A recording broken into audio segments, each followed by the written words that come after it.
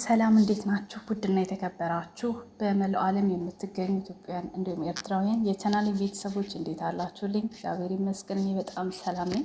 እናንተም በያላችሁበት ሰላም፣ ፍቅር፣ ጤና እንድትሆኑልኝ ተስፋ እያደረግኩኝ የቪዲዮ ስትጀምሩት እንደተለመደው ላይክ እና ሼር፣ ሰብስክራይብ በማድረግ ሰብስክራይብ ስታደርጉ የደወል ምልክቱን በመጫን ቤተሰብ ትሆኑ ዘንድ በአክብሮት እየጋበዝኩ የተለመደ ሀሳብ አስተያየታችሁን በኮሜንት እንድታስቀምጡልኝ እያልኩኝ ጽናት ክፍል 32ን ወደ እናንተ ይዤላችሁ መጥቻለሁ። እስከ ቪዲዮ መጨረሻ አብራችሁን ቆዩ። የጽናት የሀና ነገር በጣም ነው ያሳዘነኝ። እውነት ለመናገር በእንጀራ እናቷ ለማትፈልገው ሰው ለመዳር እንግዲህ እናትየዋ ዝግጅቷን ጨርሳለች። ሀና ደግሞ የምወደው ሰው አለ ከመርማሪ ውጪ ማንንም ማግባት አልፈልግም፣ የማላውቀውን ሰው አላገባም እያለች ለጓደኞቿ በእንባ ጭምር ስትነግራቸው ነበረ። እውነት ለመናገር ይኸው ድሮ የቀረ ነገር ነው፣ አሁን ላይ ይሄ የማይሰራ ነው እና ሀና በፍጹም ማግባት የለባትም። ለአባቷ መማከርና አባቷ የሚለውን ነገር መስማት አለባት ብዬ ነው የማስበው። ለገንዘብ ለሀብት ብላ እንጀራ እናቷ አሳልፋ ልትሰጣት ይመስለኛል። በሌላ በኩል ደግሞ የኒና መታገድ በጣም ብዙ ቤተሰቡን አስጨንቋል። እሷ ግን ሙሉ ቀን የማስፈራሪያ ቴክስትና እንዲሁም ሲደወልላት ነበረ። እሱም ከቀድሞ ከምሰራበት ሰው ማለት ነው። ያው ቀድሞ የምሰራበት ስራ ታውቃላችሁ። ከዛ አሁንም መተሽ የኔ አይነቱ ስራ ቀጥይ የሚል የሚያስጨንቃት ብዙ ነገር ነበረ። ግን እንደዛ ሆኖ ማታ መውጣት አልነበረባትም። እያስፈራራት ያለ ሰው አለ ማለት የሚከታተላት ሰው አለ ማለት ነው። ባጭሩ ማውጣት አልነበረባትም። ግን ወታ እንደዛ እንዳያችሁ ታግታለች። መርማሪ በጣም ጎበዝ ነው። በዚህ አጋጣሚ ሁሉንም አንግሎች ነው የሚያየው። ሁሉንም በኩል ነው እንትን የሚለው ሀሳብ የሚያመጣውና በእርግጠኝነት ምንም ሳትሆንና ሳትጎዳ ያገኟታል ብዬ አስባለሁኝ። በሌላው በኩል ደግሞ እንግዲህ ጠላቷን ቤቷ ለማምጣት በጣም ብዙ መንገድ እየሄደች ትገኛለች። አቶ በላይ ደግሞ በፍጹም ልጄን አሳልፌ መስጠት አልችልም ብሎ ነገሮችን ከውጭ ሆኖ እያጠና ስለነበረ ቁጭ ብላ ቤት ውስጥ እንድትቀመጥ እንዳትሄድ አድርጓታል ማለት ነው እና ያሳዝናል። በእርግጥ ግን ማለት ጽናት ሳታስበው እየሄደችበት ያለው መንገድ በደግነቷ ብዙ ነገሮች ሊፋለሱባት እንደሆነ ሳስብ በጣም የምናደደው እና በቃ ነገሮች መስተካከል አለባቸው። እንዲሁም ደግሞ የሀና ጉዳይ እልባት ማግኘት አለበት። እንደዚህ ማልቀስ የለባትም። እስኪ እናንተ ምን ትላላችሁ? በእንጀራ እናታችሁ ወይ በአባታችሁ አግቡ ግዴታ ነው ብትባሉ በዚህ ዘመን ታገባላችሁ ወይንስ እነሱን ለማሳመን ትሞክራላችሁ? ኮሜንት ላይ ሀሳብ አስተያየት አስቀምጡ። ላይክ፣ ሼር፣ ሰብስክራይብ አድርጉ። እስኪ ኮሜንታችሁን እያየን ሀሳብ እንቀጥላለን። ጽናት መታለል የለባትም። ኒና ምንም ሆን የለባትም። ሀና ስትከፋ ማየት አልፈልግም። ዋው ኤደን ዛሬ ገና ጥሩ ስራ ሰራሽ። የጓደኝነት ጥግ ነው። አይ እንግዲህ ጽናት ደግሞ አጉል የዋህነትሽን ታየው፣ አትጃጃይብን። መርማሪ ጆን አለማድነቅ አይቻልም። ኒናዬ ምንም መሆን የለባትም። የድራማው ድምቀት ጽናትና ኪራን የምትወዱ ናቲ መጀመሪያ ወንድ ሁን ሴታ ሴት። እሺ በነገራችን ላይ ማለት ነው አሁን እናንተ ብትሆኑ በናቲ ቦታ ያለው በርቀት ነው፣ ድንጋጤ አለ፣ መኪና ነው ማለት በቃ ምን ታረጉ ነበር? እስኪ ንገሩ። በእርግጥ እሱም ፈሪ ነው፣ ግን ደግሞ በሌላ መንገድ ብትሆኑ ምን ታረጉ ነበር? መኪናው ላይ መቼስ ትሮጣችሁ አትደርሱበት። ምን መንገድ ትጠቀሙ ነበር? መፍረድ እኮ ቀላል ነው። ፍትህ ለኒናዬ፣ የበላይ ልጅ መጋለጥ አለባት። አይጺ ለስንቱ ተጨንቀሽ ትችይዋለሽ። ኒና የኔ ወርቅ ትውታ፣ ጽናት አትነፋርቂኝ ትላለች እንዴ! ኒናዬ የሳቂ ምንጭ ምንም ሆን የለባትም። የበላይ ልጅ ትጋለጥ። ከእጁ ፍቅር ይዞኛል። እሺ ወይ ሀና የኔ ውድ አሁንስ አሳዘንሽኝ። ከቤት ውጪ ማርያምን እንዳታገቢ ውጪ እኮ። እኔም እሱን ነው የምለው። የራሷ ስራ አላት። ለአባቷ ብላ ነው እሷ ደግሞ ይሄን እያደረገች ያለችው።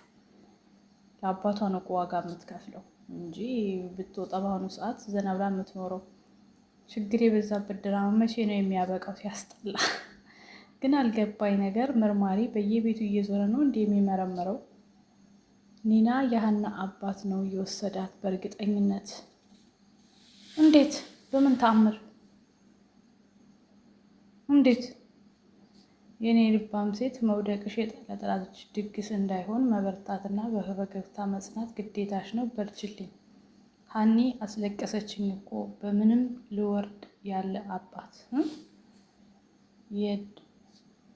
የአይናቲ አንተ ስለምፈራ ኒና ምንም መሆን የለባትም። ኤዱዬ የጓደኝነት ጥግ ይመችሽ። ቤቲ ትሙት ከዳነች ድራማውን ታበላሻለች። ሲቀጥል አውቃ ነው። ኧረ በሐኪሞች የተረጋገጠ ነገር ነው እንጂ እንዴት ዝም ብሎ መርማሪ ያወራል? ስታስቡት ሄኖክ ነው አይፈረደበት። የእሱም እጁን ያገኘው አስቤላ ወደ አደይ አይ ቤቲ የተንኮል ጥግ ባንቺ አይተናል። ደግሞ አሁን ሁለት አይነሽ ስላጣሽ አሳዘንሽ። ኧረ እንደው ወይኔ ጉዴ! ናቲ ሲንከረፈፍ ኒናን አስወሰዳት። የኒና አጋች ግርማው ነው ስሙ ልንገራችሁ ብዬ ነው። ኒናን ያገተው የድሮ ፍቅረኛዋ ነው የምትሉ ማን የድሮ ፍቅረኛዋ? ፍቅረኛዋ አይደለም። ምን ይሄን ስራ አልሰራም እያለች ስትል አልሰማችሁም እንዴ? ጽናት ንቂ፣ የበላይ ልጅ ጥላትሽ ከቤትሽ አታስገቢ። ኒና ምንም ሆን የለባትም። መቼ ነው ጽናት ነቃበይ፣ የበላይ ልጅ እንዳጎዳሽ ተጠንቀቂ። ሀንቾን አታስከፉብን። ሀንቾ የምር መገኮን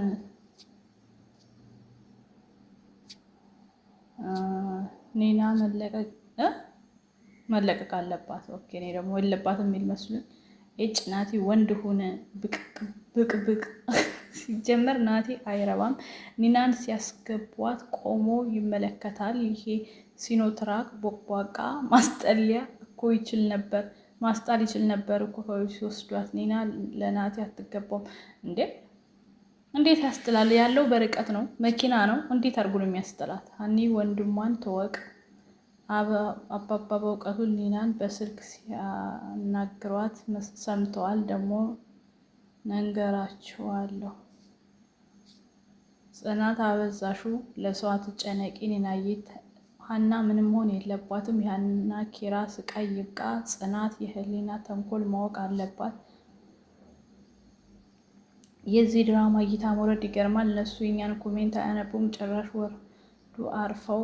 እኔ መቼም ፂና ኪራን ብቻ ነው የማየው። ዝም ብለው አዳዲስ ሰው ይጨምራሉ። ምናለ የኛን አስተያየት ብታነቡ። እናት አታሽቀብጪ፣ የበላይ ልጅ ናት ጽናት አታሽቀብ።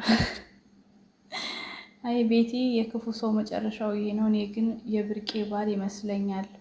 እንዲያ ደግሞ ምን አገናኘው? እሱ ኧረ ተው አትቀልዱብን። ምንም አልመታትም እኮ አይን አለን እኮ ጠረጴዛው። እና ታዲያ ሲመታት ሊያሳያችሁ ነው እንደፈለጋችሁ። እናንተ ደግሞ ከፋ።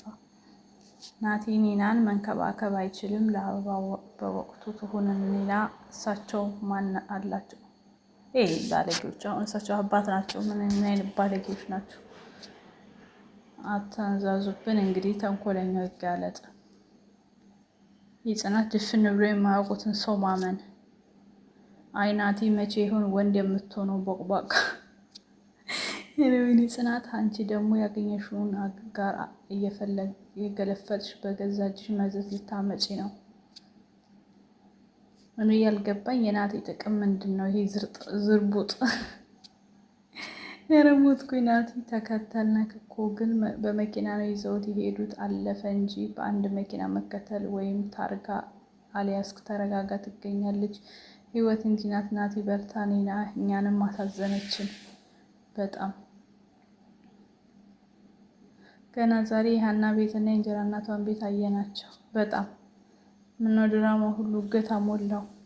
የኒና ዳቦ ጣፋጭ ስለሆነ የድሮ ደንበኞች ናቸው የወሰዷት። ኒናን ያገታት ይሄ ባንጋሪ ሰውዬ መሰለኝ ይሁን እንዴ? የድራማው ደራሲ ግን ብዙ ነገር ይጎልሃል። ሁሌ የሆነ እውነት ያላቸው ሰዎች አንድም ቀን ምክንያት ወይም እውነት እንዲያብራሩ እድል አይሰጥም። ሁሌ እኔ ምንም አላረኩም እያለ ነገሩ ያልቃል። እንደ ናቲ አይነት ወንድ ባል ሳይሆን ባላ ነው። ኮሜንታችሁ በጣም ነው የሚያስቀው። ለማንኛውም ኒና መፈታት አለባት።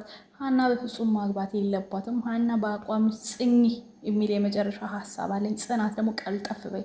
ያገኘሽውን ሰው ሁሉ እኔ ቢጣቱኝ እኔ ራሱ እንዲህ ነኝ። በቃ ወዳጄን አላቅ ጠላቴን አላቅ ዝም ብዬ ብቻ እግዚአብሔር መልሳለሁ። ፈጣሪ ይጠብቃችሁ። ላይክ፣ ሼር፣ ሰብስክራይብ አድርጎ ወዳችኋለሁ። በቀጣይ ክፍል እስክንገናኝ መልካም ጊዜ። ቻው ቻው።